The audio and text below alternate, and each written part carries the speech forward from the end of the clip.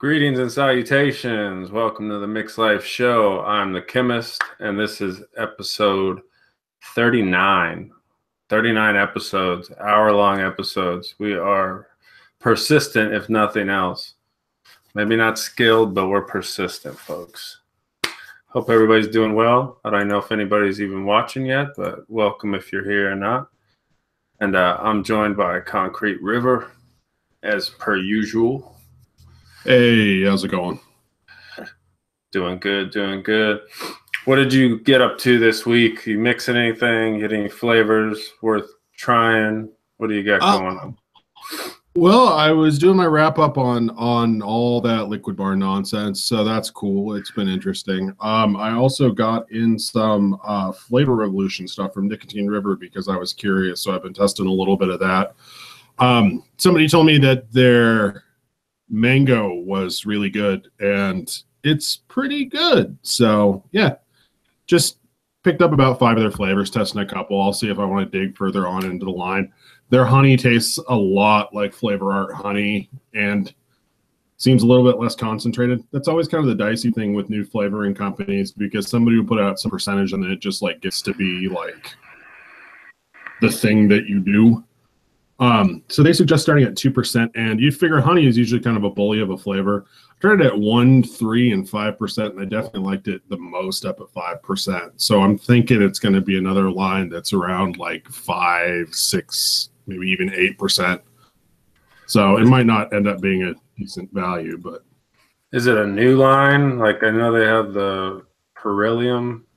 I've never bought much. So it's something new they've just released, or is it something they've had? It's something relatively new, and it's funny because I really can't find any information about the actual company online. Like, I can't find a corporate website or anything like that. They just kind of showed up on Nicotine River, so I'm flying pretty blind. I've read some of the reviews for some of the other flavors, and they're a little bit all over the place like they usually are. I don't know, people like to either sell everything new as like the second coming or terrible, and I have a feeling this is going to be somewhere in the middle. So it's just a matter of actually doing the testing and banging it out and trying to figure out what's going on with it. So you like the mango? What else did you pick up? I picked up their raspberry because, always into testing raspberry. So raspberry seems okay, but it seems a little soft. It feels a lot like medicine flower in that it's a fairly realistic raspberry, but it doesn't quite have a like the kind of vibrant punch that I'm looking for, but I have more percentages to test that out. I have their honeydew and their pineapple too, I think. And I haven't tried either of those yet, but we'll see. What is your favorite pineapple? Inaware's pineapple is good, but it is criminally expensive because it is way too weak for Inawera. Capella's golden pineapple has a place if you want like canned pineapple. I like Flavora's pineapple quite a bit too. It's a little bit harder to really get the apple, like really figure out what to do with it. It has a lot of banana to it, but yeah. Those are good. Let's see. I have been testing Nic salts. I got an order in from New Nicotine. Came quick. It was only like 4 or 5 days from order to the house, give or take. I bought it like Friday, Black Friday, got that in. And they don't have a dripper bottle. That's something that I was like, oh shit. So I've been using my Carolina extract dripper, so at least it all is nicotine basically. But I made a 18 milligram of it. It's a 100 milligram base, so you just use it basically the same as you would use 100 milligrams of other nicotine. I found, and I usually vape like a 6, but I was like, I figured I'd try it high and see what happens. I've noticed for me that it has a taste to it, and it's a taste like sort of like a lightly bitter, not citrus, in the citrus range, but not citrus. So you could totally hide it if you're using citrus, but I could see it stand out as like a slight aftertaste on creams, bakery, stuff like that. Now I was up at 18, so no throat hit. That's the thing. So if you're thinking about nic salts and you're constantly dealing with wanting more nicotine, or you're looking for a stronger kind of blood surge nicotine effect, I would say give it a try. It made me phlegmy, and like I haven't like had to like huck up and spit since smoking cigarettes. So something with it creates almost like a phlegm. So that'd be the other part, that if you don't like that part, you don't want to be spitting and stuff. So that's another drawback that I definitely noticed. But then I also got like a major head buzz that felt like a cigarette smoke. And even a calming effect that, I don't really get vaping regular nicotine. Regular nicotine to me almost acts like a replacement to make you not go crazy about cigarettes, but it definitely didn't have the same effect as smoking a cigarette would, where you get kind of like that light buzz. I did get that buzz with that though. So if you're looking for like the you're reminiscing about the good cigarette buzz, definitely consider nicotine. That's the salt version. I've seen some brands where they're selling like 42 milligrams, 50 milligrams of it. I don't know what that would even be like to vape. But up around 18, it kills it. The other thing is it definitely killed flavor, right? So like I got a really vibrant raspberry watermelon mix that was good to go, had good flavor, everything. And when I added the nic salts to it, it just like, it would be like adding like 3% ethyl maltol to it. Like it just muted the whole thing down. So that's something I've been trying to figure out, is how to flavor for nic salts in more of a stronger way, so that's sort of my experiments now I'm working on, is how can you get full flavor out of it. But yeah, there's definitely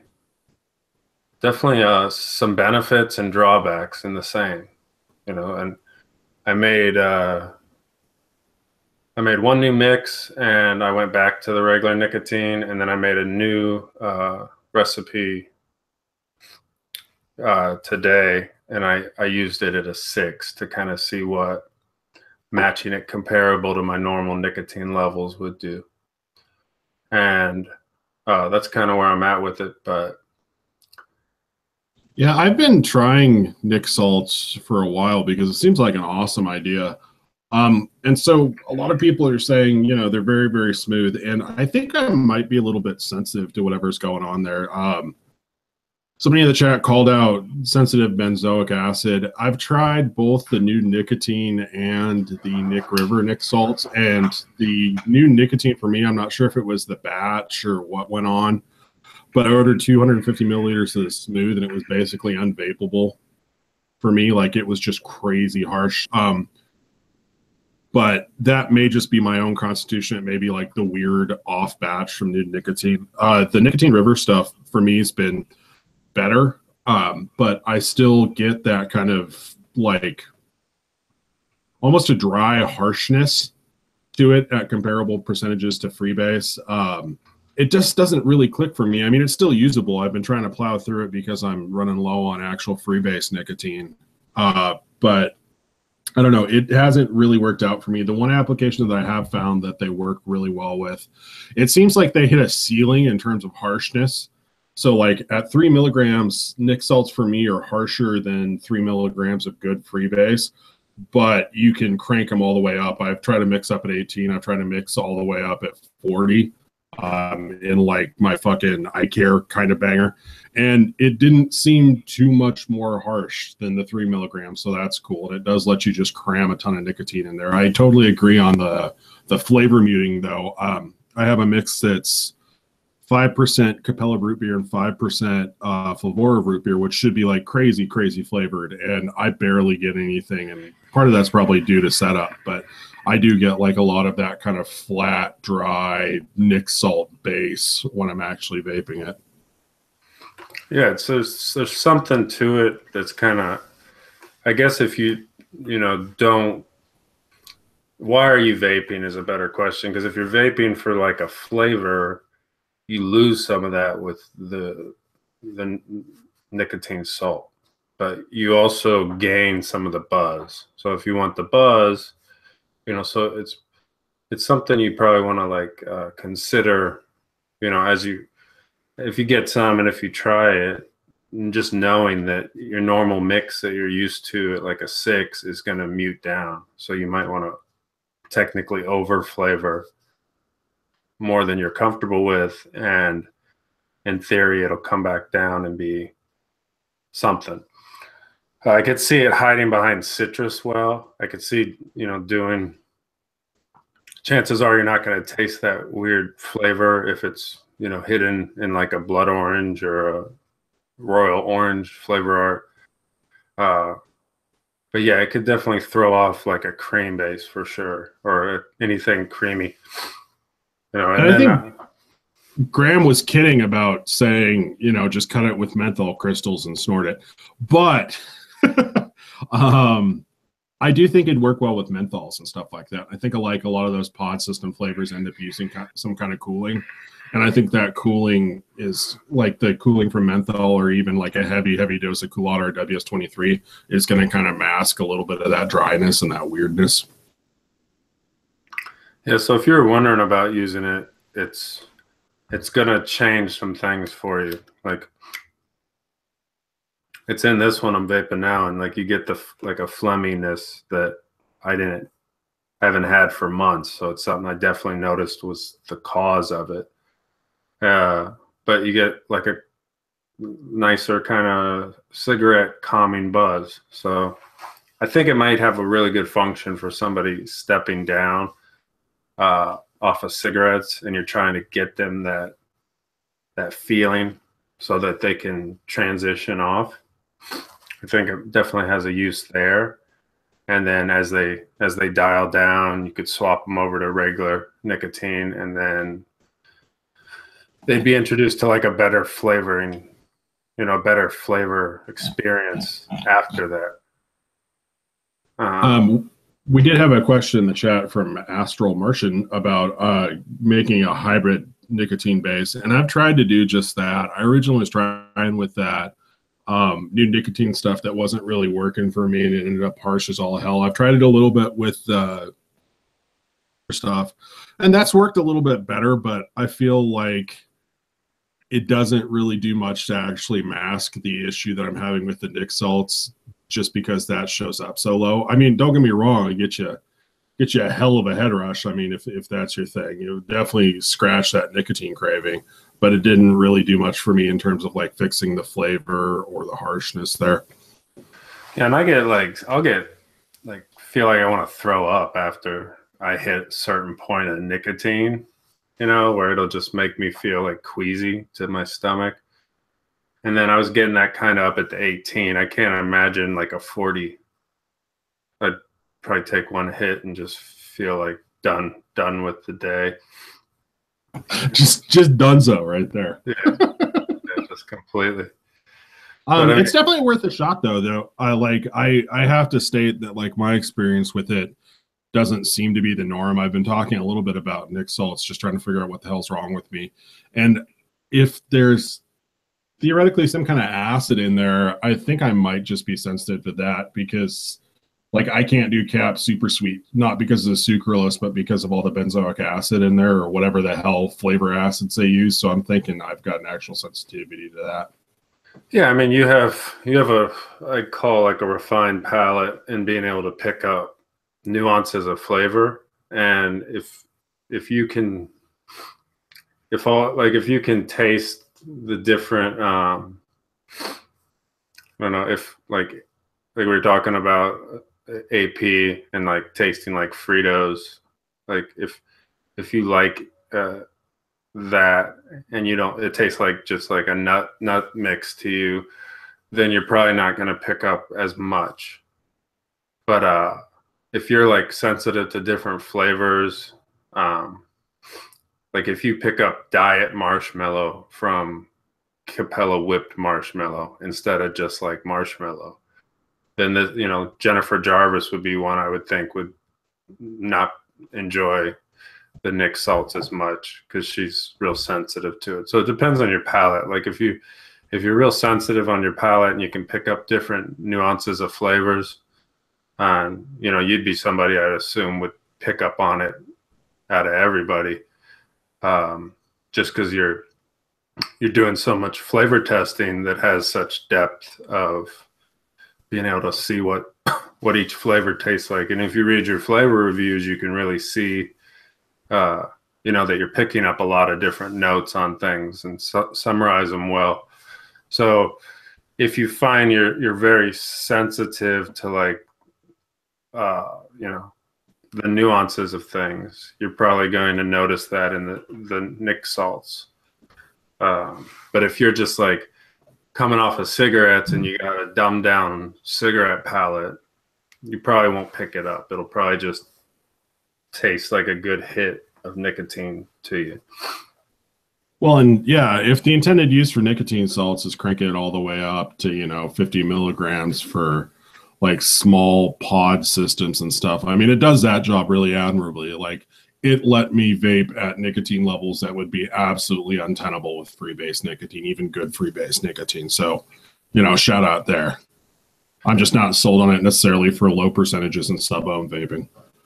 Right, and that's even with the regular nicotine, you really lose your flavor experience. I would say after 8 milligrams, you start to lose all chances of flavor. And the way I generally will do my nicotine strengths is 8 milligrams would be like a tobacco, where you've got a lot of spices, you got a lot of strong covering notes.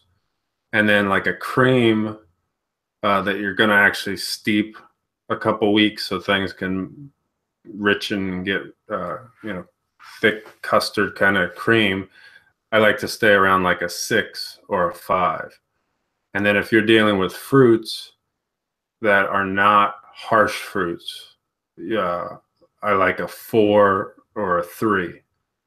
And then if you're dealing with like a harsh fruit, you could even go down to like 3 would kind of be where you'd want to start. And then I didn't know so many people are vaping like 1.5, but Wayne had did a poll a few months back asking what nicotine strengths people vape, and the number that vape 1.5 milligrams is way higher than I would have suspected. So if you're doing like an orange or like a mango or things that sometimes have a little harshness to them, you can help the harshness by your nicotine strength. So even like a 1.5, and then you just vape a little more of it. And but Nick salts are not going to help you design really great recipes. They're going to dumb your recipe down. And it's really, you have the other part of it where, like, say I design like a really good recipe and you make it with nicotine salts, your experience is not going to be as intended. So I could definitely see people using nicotine salts, making really good recipes and walking away not ecstatic about them, and not realizing it's because they're using the Nick salts instead of a regular nicotine. Yeah, it's definitely an interesting thing to have in your toolkit or whatever. And I think it's going to be helpful for the people who are like me, always trying to get like some family member or friend to start vaping with those little tiny pod systems. It lets you crank the nicotine up high enough to just get them a little bit of flavor, but mostly just get them a fucking nicotine buzz. So, keeps them coming back to vaping as opposed to smoking. Yeah, my girlfriend's going on her like 1 month, 2 weeks, and hasn't touched a cigarette. So, I mean, it works. Vaping works for getting people off cigarettes. Even if I doubt there's many people in here that didn't smoke originally, but you guys all know it. But even it's cool to see it in somebody, she's like a 20-year smoker. So it's cool to see that transition because you know it works for you, but it's kind of cool to see people around you find the same success that you and I have. Yeah. The other thing with nicotine salts, so I just picked up, I have that root beer mix at 18 milligrams and a K Fun here, like, but it's pretty well tightened up to mouth to lung, and it always takes me a couple drags before I stop coughing off Nic salts too. It takes a little bit of time to actually acclimate to them. Yeah, that's the other thing's the cough, right? So then I've had a smoker's cough, and maybe I'm getting a cold, but it felt more like a smoker cough coming back. So if your ultimate goal is not to experience any like cigarette related effects, you know, nicotine salts would not be for you, because it definitely mimics some of the like I haven't had a cigarette cough in 1 year plus, but I could really see this being ideal for the transition because then they're going to get that cigarette cough. They're still going to be spitting, having phlegm, you know, a little nasty taste at the end of the day. So there's almost like things that'll mimic the cigarette even more, that as a step down, it could definitely work. Plus the benefits to mouth to lung and being that you can go higher without the harshness. Because that was one of the chief things that with my girlfriend, she'd try to hit the vape and just cough. And, you know, when I was researching or looking into it, there's like an adaptation time of like 2 to 3 days. But like it really took her having to do the full on, I'm going to switch and vape to vape. But every time she hit it, she'd cough like extreme, like 6 or 7, like maybe 2 or 3 minutes of just coughing. Like, and then she was like, oh, I don't want anything to do with that. But when she made the commitment to get over the coughing, she only coughed for like a day or two and then didn't cough at all. So I could see that, you know, maybe the Nic salts would help take a lighter hit, help people adapt to the PG, which I assume is what's causing the coughing, and just kind of transition. So if you're trying to get somebody off cigarettes, Nic salts might be the way to go. If you're trying to design recipes and make good stuff, I would say regular nicotine is going to be better for you. So another question from the chat from Astral Martian. Have you tried whole tobacco alkaloid e-liquids? Because I have not. I don't even know what that would be. Like, would that be like black note type of e-liquids that are like derived from tobacco? Is that what the thinking is? That would be my guess. Yeah, which would make them different than just nets, I suppose. I mean, you might be thinking like of like naturally extracted tobaccos, and if that's what you're saying, then yeah, we've tried those. Like Sticks Mix makes a bunch of those, but I don't know if it's something different than that. I still have been trying to actually like and appreciate nets, but I've been kind of ruined by the Flavora and Inaware tobaccos. I don't know, like once the tobacco flavorings got out of the dark ages of just tobacco absolutes, it seems like there's a lot of really good options out there. And so I found myself not really reaching for nets just because of the coil gunk, and it just doesn't really work for me. Yeah, I mean, I don't really like tobacco, but I love tobacco flavorings. But I wasn't really the biggest fan of like naturally extracted tobacco because it was almost too much like when I would smoke cigars and stuff. Now, if that's something you really want, it works. But I kind of like to take the conceptual, abstract view of tobacco, which is like you want tobacco to taste like something that it never really meets up to. It tastes more like dirty neutral base, like ash, you know, burning fire and ash is really what tobacco tastes like. But you almost want it to taste like how it smells before you light it. And so there's a real abstract concept of what tobacco, you know, smells like in a pack. and then what it tastes like when you're smoking it, and they're not the same.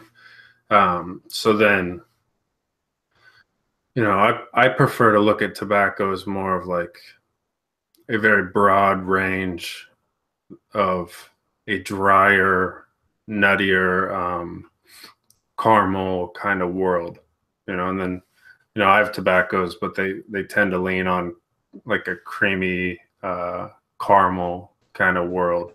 So I don't really go after that hard, strong tobacco, just because it's not as enjoyable as you think it is. It's the same thing. Like if I vape too much super sweet, or not super sweet, but like super spicy tobacco, it tends to like make me feel almost sick. So I much more prefer like a tobacco back note on a really nice creamy caramel type of thing. Yeah, I tend to be in the same camp. I like to use tobacco or whatever version of tobacco I guess comes across in tobacco flavorings as just another element in a mix. I'm not really a straight tobacco head. But we got a little bit of clarification. So instead of liquid containing nicotine as its active ingredient, whole tobacco alkaloids, e-liquid active ingredient list is around 90% plus nicotine and around 10% other alkaloids present in tobacco. I mean, it sounds interesting, but yeah, I've never tried it. Yeah, I haven't either. Yeah, so like RY4 is a great example of, in mixing what people think of tobacco is, where, I came across, there's a lot of tobaccos people like that I hate, like just any of them that taste like licorice, or have there's the whole interpretation of tobacco that has super spice and super licorice notes, just completely turns me off when I try those. Like, I think it's maybe Desert Ship by Flavor Art has that note to it, maybe, but just not my cup of tea. Not what I think of when I think of tobacco. I think like if you haven't tried Hangson tobaccos, if you haven't tried Flavora, those ones definitely are really impressive, and then more along the lines of what I like in tobacco. And yeah, Leilani, we use that. That's actually what all the mixer collection is based on, is the PDO, and it is very smooth. Like when we got the collection in to try the finals, we use PDO instead of PG, and very smooth. Like impressively, you notice the smoothness of it. And then it also helps people that may be allergic to PG or have allergies to it. They don't seem to have that with the PDO. I think it's PDO, not POD. Yeah, I think it's PDO. I've never actually tried. Yeah, it's supposed to be hard to get. Like, I understand the only places in the US you can get it are like eBay and shit. So it's not really.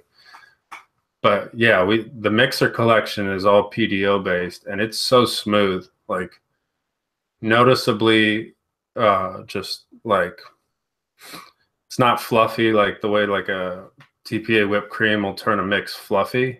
But it's really smooth, and you don't seem, because I mean I had it. I was doing like 6 milligram tests. I had to ship them over to the US like without the nicotine in them. So I added Carolina extract to mine, and just noticeably smoother.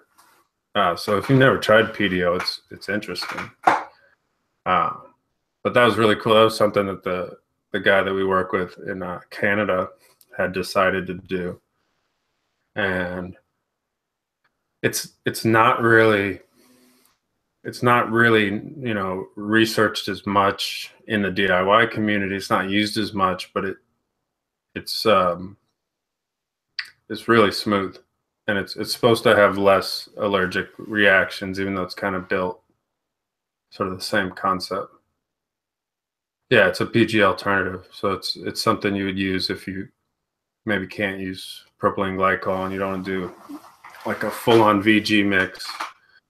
But yeah, it was very impressive, the smoothness of it.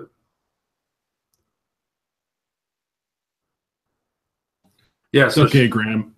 Graham and I are just getting off topic talking about POD, the vaguely Christian new metal band from the 90s and early 2000s. You know, like we do.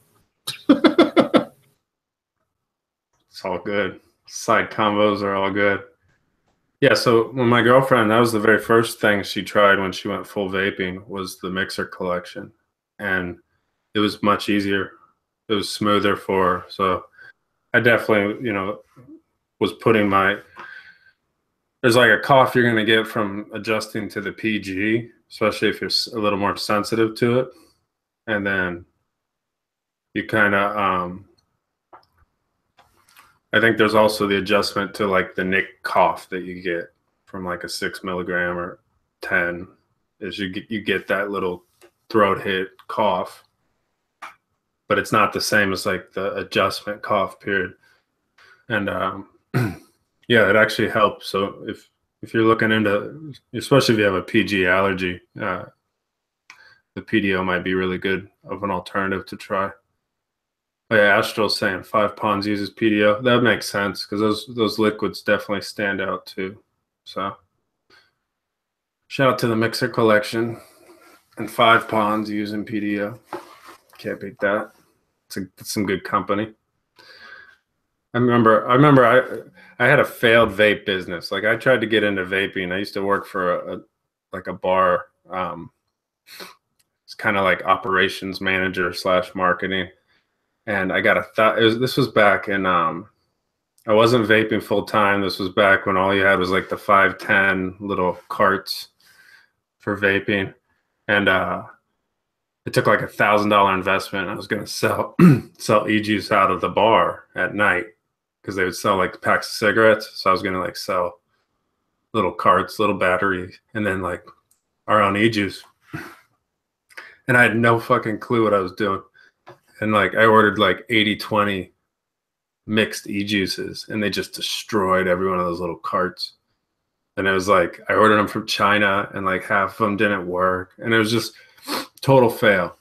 And then quit hard on that, failed hard, just like definitely a defeat.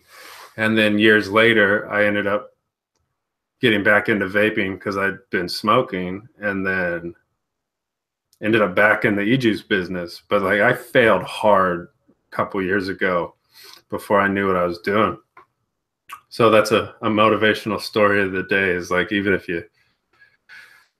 you tried before and failed, sometimes life comes around. And I never put them together. Like I never thought about like, oh yeah, I totally failed hard at vaping a few years ago. I just like took it as a wash, went on, moved on with life, kept doing marketing stuff, freelance and things. And years later, looking back after I'd started e-juice makers and it's getting bigger, and I was like, oh yeah, I tried to do vaping years ago and fucking failed hard at it, but it's funny. It's funny to look back and be like, well, it wasn't the right time because like this turned out to be a much better plan than selling like a bottle or two of e-juice out of a bar. But it's funny how life works like that. It's also funny how far vaping technology has come in the last 5 years. I mean, 7 years if you want to be really technical about it. But yeah, shout out to everybody who decided to start taking screwdriver bodies and building coils flashlight bodies and start building coils on there. Because yeah, we are so far above all that Chinese cardo stuff right now. I mean, we have different Chinese atomizers, but they're actually good Chinese atomizers. So, that's still a win. Yeah, like it wasn't satisfying enough, but like the sub-ohm really transitioned that where it became something that was satisfying. So there was a time when it was trying to be something, but it just wasn't there yet. But and then when my buddy had been he bought like a little mod kit and he's like, no, try it. It's actually better than that stuff. And I took a hit. I was like, oh, this is all right. This isn't, like before, it's just like the hit wasn't enough. I'm big guy. So it's like, that's like taking a little puff, like the little cigalikes. It just didn't really do it. Yeah, first time that I actually hit a mechanical mod, I was like, okay, yeah, this might work, because I had been using a tank, and it wasn't even a bad tank. I think it was one of the original Aspire Nautiluses, and it was good, but I was still dual using. But yeah, it took switching to actual mech mod before I was like, okay, I could see this happening. Yeah. And then it was all just clouds from there on out. Yeah. And then I lived in the clouds. And then I was all about seeing how much air I could get through my original troll atomizer to actually get bigger clouds. Somehow I ended up here, but shout out to mech mods. What's up, Sub Vapes? What up, Apex? Let's see. How do you think mods will develop in the next few years? Well, so they're trying this stupid cigarette heating thing. That's going through the FDA right now. So you're gonna see the tobacco companies pushing for vaping, but they're gonna push for vaping a actual cigarette. So what the device is, if you haven't seen it, is you put a cigarette into it, and then it heats that cigarette, similar to like the way vaporizers work for marijuana, where it'll just like cook the tobacco. And it's huge in Japan. Like they've been doing testing. The tobacco companies have been testing in Japan, and they're just like selling out stream results. And they're trying to get it passed by the FDA here. But you're going to see that try to come through the market. So it's really the tobacco companies are betting that people still want to buy their products even after they've tried to kill them for years. Like that you also want a healthy product from the same company that didn't care if you lived or died using their products. So it's like Budweiser doing an AA meeting. You know, it doesn't make sense, and that's kind of their last ditch effort to save their industry, because if this nicotine regulation stuff comes down where they're reducing these cigarettes to like nothing, nicotine wise, people are going to transition quick to get the buzz because they're going to chase the nicotine.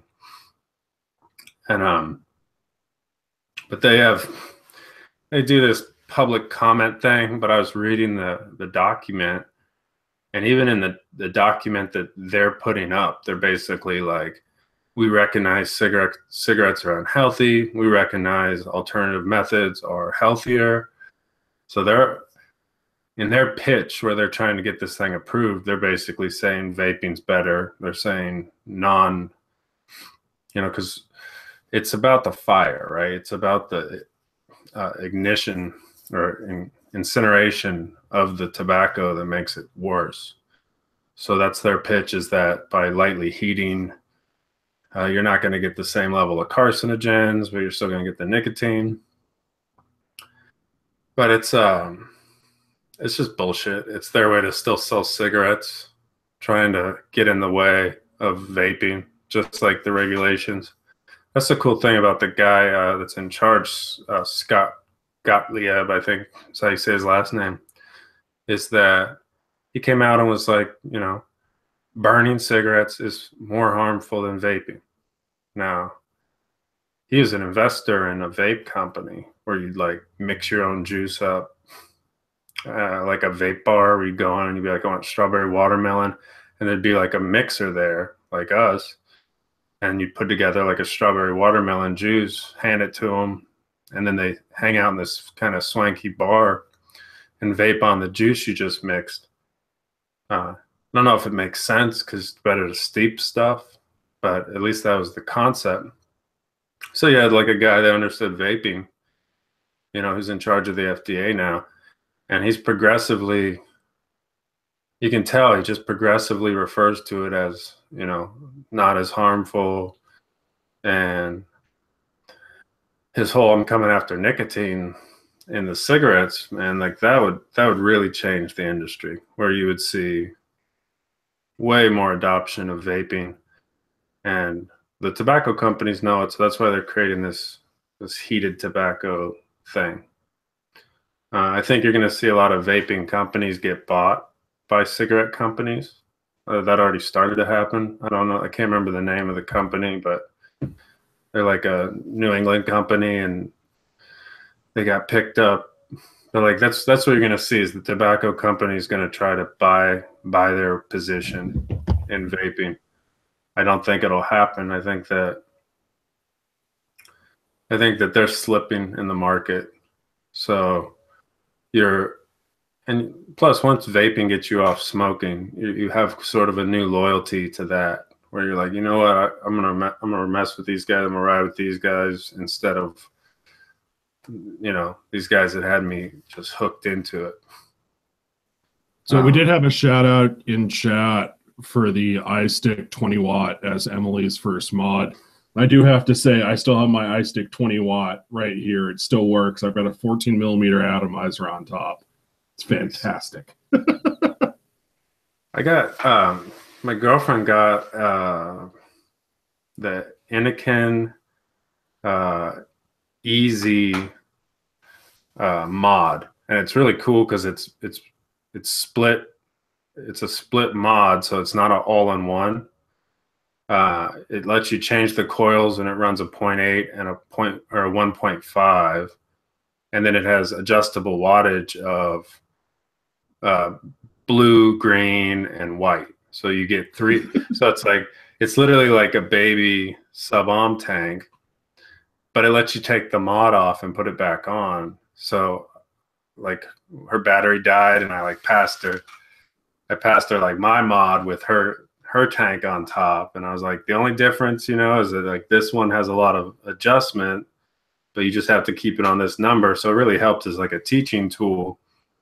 But it was good in that it's much better way to transition instead of having like the all-in-one where they get used to that, and then the sub-ohm tank with different, or the sub-ohm mod and the sub-ohm tank, and then the mod is different to them, where they're not going to be, it's still going to be strange. This is kind of like a baby version where it gets you used to changing your tanks or changing your battery mod. So I like that. It seems like a good starter. And then it never leaks, and a pack of coils is like $10 for like a month's supply. So it's working for her. So if you're looking for something like that, it seemed to be a good way to go. Yeah, Sigelli 150 was my first thing. Fucking, that thing is a beast. I'm a mod dropper. I drop mods hardcore. And like I dropped that mod like 100 times.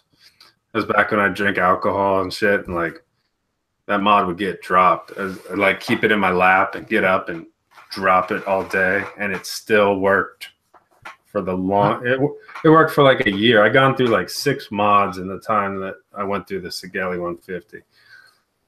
Yeah, I actually managed to kill my Sigelli 150, but it was hard use, and it was just the screen. I actually was lucky enough a couple months back to get another 150. This is my swaggy Flabora 150, but I was so happy to get another Sigelli 150. You're so sold out. You're such a fucking brand whore. Dude, just shill life, man. If people want to send me Sigelli 150s, I'll do some questionable things. I'll do everything for more Sigelli 150s. I'm gonna put on my Liquid Barn hat, and then my Flabora Sigelli 150. My shoes are sponsored by Inawera. Dude, I don't even want to imagine how fucking weird Inawera shoes would be, but I would totally rock them. And yeah, Inawera's swag must be crazy. What you would get. Like, I just assume they're just going to be like Adidas shell toes, but like in bright gold with pink accents and the Inawera logo put like on their backwards, but I'd still rock them. Yeah. Let's see. I'll show you guys a little recipe. It's nothing special, and it hasn't even been tested too long, but I took it from, I was watching Wayne's thing, and then let me see if I can find this. There we go. So it's basically, I heard about this one. Can you guys see anything? You don't see nothing, huh? Yeah, all it did was freeze your screen. Stupid thing. All right, let's try again. Maybe it has to be screen wide. Bear with me, folks. Anything now? Present to everyone. You see nothing, right? Stupid internet. All right, I guess you don't get to see it. Anyways, It was the Boss Reserve clone that Folk Art did that Wayne was saying was really good, but then I kind of wanted to like I just was looking at it, and I don't like acetylpyrazine. It just doesn't taste like what I want it to taste like, and then it just kind of ruins mixes for me. But I liked the rest of it. I liked how he I was like, where's the cream at? And then I was like, oh, I guess it's in the banana cream, I guess you could say, and then the milk and honey. I bet I can copy paste it. So like there's the original in chat. So it's 1% AP, 1.5% banana cream, 0.25% in Aware biscuit, 1.5% Flavor milk and honey, and then 0.25 cap super sweet. Oh, you know what I'm gonna do? I'm gonna share this privately. I'll give you guys a private URL for the chat. So this is what I did with it. I did butter pecan flavor west instead of the AP, and then I put graham cracker clear back in it. And so it's basically banana cream. I lowered that a little bit to a 1. Butter pecan flavor west at a 2. Graham cracker clear flavor apprentice or TPA at a 3. Milk and honey at a 1.5, and then a 0.5 sweetener. And it's good. Like the butter pecan seems to do a really nice job for the nutty note that you'd want, and then adding like a little buttery note to fill in kind of the single, because there wasn't enough fill to the mix. Like it, but so like I kind of took that, looked at it, and was like, well, what would I do differently here? And that was kind of what I did to change it. So if you guys want to use that link or mess with it, it tastes really good. But it's shout out to Folk Art for the original concept. I mean, I just was sort of mixing it my way. A golden honey graham cracker with roasted nut clusters, drenched in creamy milk, layered with sliced banana. So that's Boss Reserve. I used to vape it, spend all my money on cutwood and all that shit. So it's private. It doesn't let you see it. Should let you see it. Nah, that stuff's private, man. Son of a bitch. All right, I'll release it. I'm gonna have to deal with all the. You twisted his arm. Fine, I'll do a public release. I'll do it. I've noticed, like in ELR, when I'm trying to make it on mobile, it won't upload the PG ratio right. It keeps going back to max VG every time. And I don't know if other people are having that problem. But I've noticed it, like, so I'll make a recipe, it'll save as max VG, and then there's like no way to get out of it. Let me see if I can do that. I'm trying, folks. Yeah, it just always goes max VG for whatever reason. So yeah, I think I noticed that it defaulted me to max VG the last time I tried to put in a quick recipe. yeah, and then when I try to like change it, I'm pretty sure. All right, let's see if this works. The 5-hour public reload. Every time I release something public and it just like spins, it's so fearful to me because you're like, damn it, am I gonna lose this recipe? Like that's it's like, damn it, Chemist is releasing another recipe. Yeah, right. They're trying to take you down, man. So like it always, every time I release a public recipe, it like spins for like 10 minutes and I'm like, did I lose the recipe? Like, all right, let's see. But then it's gone public, so it's still here loading, but it's public already. But yeah, still PG's off. It's crazy. I'll send Lars a message because it might be a bug. Everyone's making max VG juice accidentally. the way you get around it, if it's doing it, is to, yeah, it's got to be a bug or something. Whatever. So All right, here's the recipe. I was going to say, I'm dripping some of that 18 milligram Nick Salt root beer mix on my iStick 20, and I have to say, I'm just going to go back to the iStick 20 and 14 millimeter atomizers. This is definitely the future. It's the future. It's the future. The future is the past. Move off squonking and get back down to 14 millimeter atomizers, people. I wonder if it's ad block doing it. I wonder if it's some weird way for Lars to get more Bitcoin. No, I don't know. Fucking crypto kids. Yeah.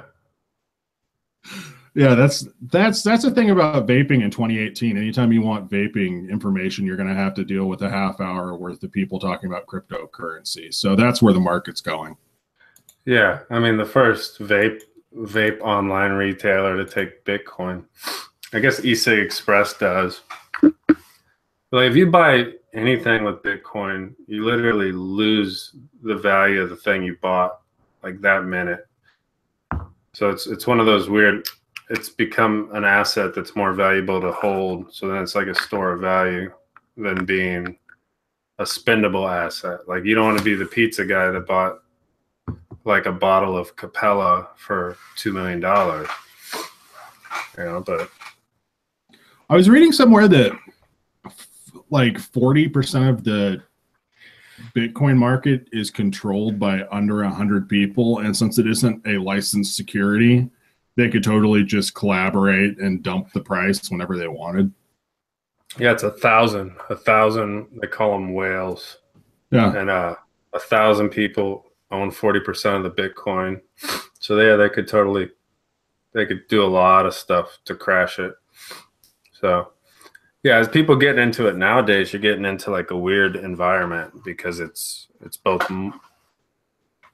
become something that, you know, investment banks care about. So you're getting into a sketchy spot where like your value, you know, the guy that put $100 in is going to be like living it up right now. But if you're putting in like 15, 16 grand for just one, you're kind of putting yourself in a very exposed position, it seems like. But 97% of people can have under one whole Bitcoin in the market too, right, which is also super interesting. So you have a whole bunch of whales, and then the vast majority of the market doesn't actually own that much in terms of Bitcoin. Yeah, like I remember hearing about it back when it was, I mean, it was like a hacker thing. It was a Tor type thing. It was the Silk Road, man. You used it to buy drugs. It was used for drugs. It was at the time you had to be like really into it to even convince somebody else to care about it. And nowadays it's like everyone wants to get in on it, but they don't even know what it's for. I mean, it's designed to destroy the economy. Like it's a real anarchist type of product in that it's designed to kill the fiat markets. So people buying into Bitcoin that don't understand that you're encouraging the government to fall and Bitcoin to be a world currency that exists after the anarchy. It's definitely not what your grandma would want to invest in if she knew the whole story of it. Now, blockchain makes sense because it's coming. You have, you know, like if you think of your health records, for a long time, Google wanted your health records. And if you think about the idea of like Google having all access to your health data, it's something you're like, I don't really want that. So the idea of blockchain, of having your health data on the internet, technically, but something you can control, that makes more sense. And that's where blockchain's that's why you'll hear a lot of people be like, we don't believe in Bitcoin, but we believe in blockchain, because the blockchain is like it's real similar to Napster. Like if you go back and look at the P2P and how the music was able to, they never were able to stop pirated music because it was split up into different pieces. It all existed on different hosts. That's really how this works.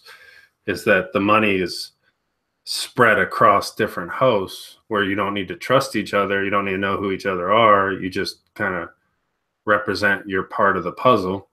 And at the end of the day, the puzzle equals your currency, or your there's things that are like made for people to like have their identities, the way, or their credit history, or their health, or all kinds of things like that. So you're not going to stop hearing about blockchain, regardless of what happens with Bitcoin. Is blockchain's going to be like the internet of the future, because it is decentralized interaction with data. So there'll It's come a horribly day. power inefficient, though. I mean, that's one of the things. If you're looking at resource use whatsoever, there was another, because I've been just reading random news articles on it, and apparently the blockchain for Bitcoin right now uses as much electricity as the nation of Denmark.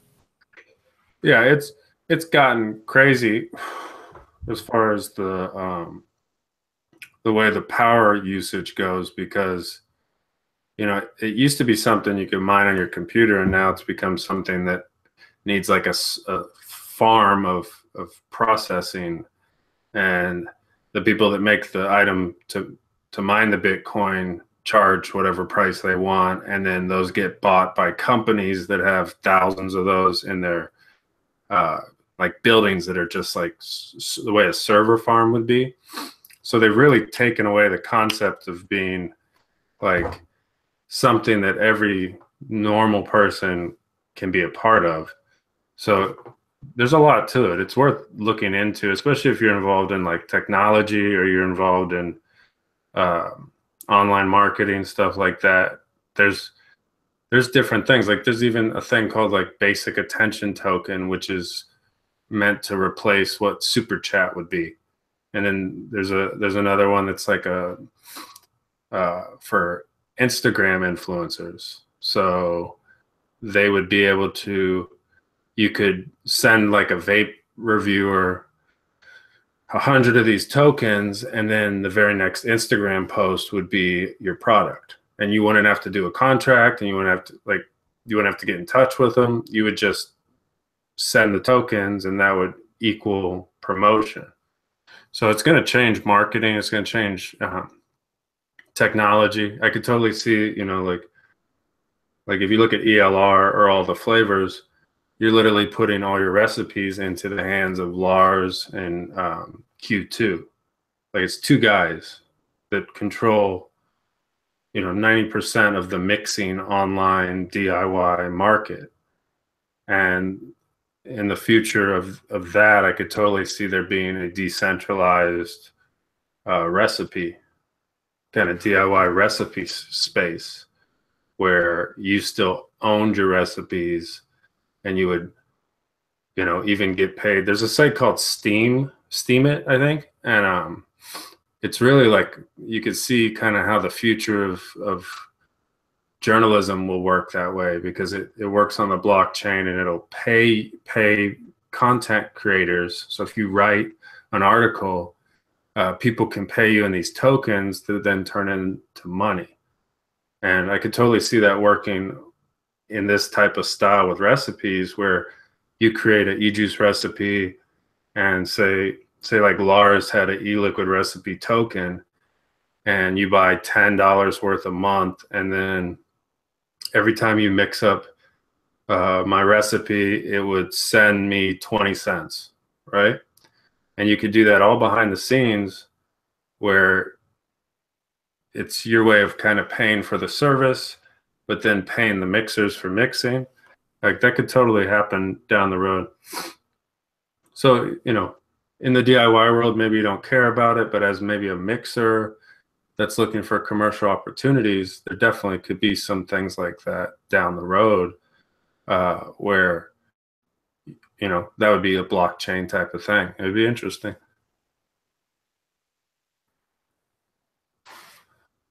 Don't mind me. I'm just offering to send nudes to the chat. And who gave him a wrench? He'll be right back eating oranges without a shirt on, folks. Got some dues to pay. Yeah, but if you guys are thinking about putting your money into crypto, learn 80% before you get going. Because if you like come in on an all-time high, you're gonna fuck yourself. You're gonna wonder where like 5,000 of your savings went in a day. But there's ways to make money on it, just like there's ways to make money in vaping and stuff. Yeah, but okay, yeah, right. So you, like Chris Drake said, you could donate the money to ELR's costs and share recipes for nothing, right? But then, you know, there is that gap of like, well, is it value? Does Apex add value when he releases a great blue raspberry that, you know, like 5,000 people mix? But like, there's money being made. I mean, that we've ran ads on ELR before, and I spent like a couple $100 through the ad network for ELR. So there's money being made off ELR. It's not just all like free. There's people benefiting, you know. Same thing with Q2 with all the flavors. Like those ads are making money. So yeah, anytime you've got eyeballs, you've got somebody paying for it. Right. So to think of it as like, well, you know, as a mixer, you know, you put up recipes for free for you, free for the person mixing, but making somebody money because you're providing the traffic. Yeah. So, you know, I don't think there's a problem making money with recipes, and I think that it'll transition to that. But I definitely see like blockchain down the road could be that way, because the way that Steemit site works is you don't have to. You just go read the articles, and when you upvote it like Reddit, it adds like 20 cents to your account. So it could eventually add money, you know, and the way they do it is they split the traffic. So if you brought in 20% of the daily traffic for your article you wrote, they'd pay you out. So, I mean, it could be something you see in mixing down the road, is that, you know, mixers with the most recipes mixed and things like that. And if you as a contributor are the reason the eyeballs are on the site that are then making the ad revenue, it makes sense. But that's kind of a side road of discussion, but it's interesting, you know. Let's see. Alterna, fucking, that's some crazy shit. I'm friends with a bunch of these shop guys, or a bunch of these dudes that on Facebook are these dudes that own like the big brands, right? Like the stuff you see in the vape shops everywhere. And man, they were fucking going hard on that guy, the Alterna guy, before the DIY community even bothered with like hitting him. There's like 9,000 comments trashing that guy on a post. Like the vape, you know, not actually the vape mafia, but like the vape mafia of guys that own shops just going at him. Like, get at her. What? Alana. Yeah. Holy shit. Is that our first donation? It is. I think I'm gonna have to do some actual cam whoring here. Wow. Yeah, do it. Yeah. Okay. $6.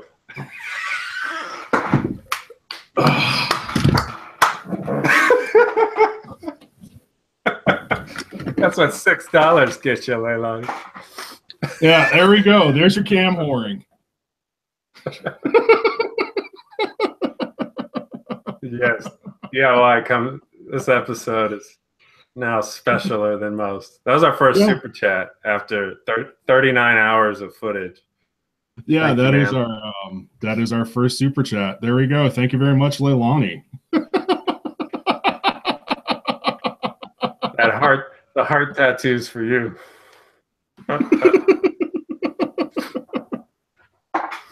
Hold up a bottle of orange. Screen capture all day, she said. Yeah, there we go. I think I have some shisha orange somewhere around here. There we go. There's your shisha orange. Yes. I love it. Labworks spat coffee everywhere. What would you do for a super chat? I'm just glad we could diversify into actual cam whoring. You know, like that seems to be where this e-juice makers thing is going. So that's a good thing, because when you took your shirt off, we lost the monetization we would have got anyways, I'm sure. There is nothing obscene about this body. This is an 18 and up show now. I have to change the settings. They're going to go to review this video for all audiences and be strongly shocked. Turns out there's some sort of topless walrus just right at the end of the stream. So Apex, everyone has a price, and mine is much higher than $6.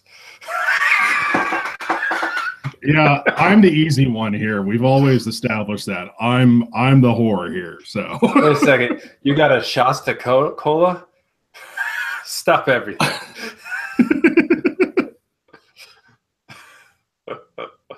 Well, that wraps it up, folks. Thank you for joining the MixLife show 39. And we got a shirtless Rick. And we got our first super chat. So there we go. Yeah. Woo! Woo! Have a good week, everybody.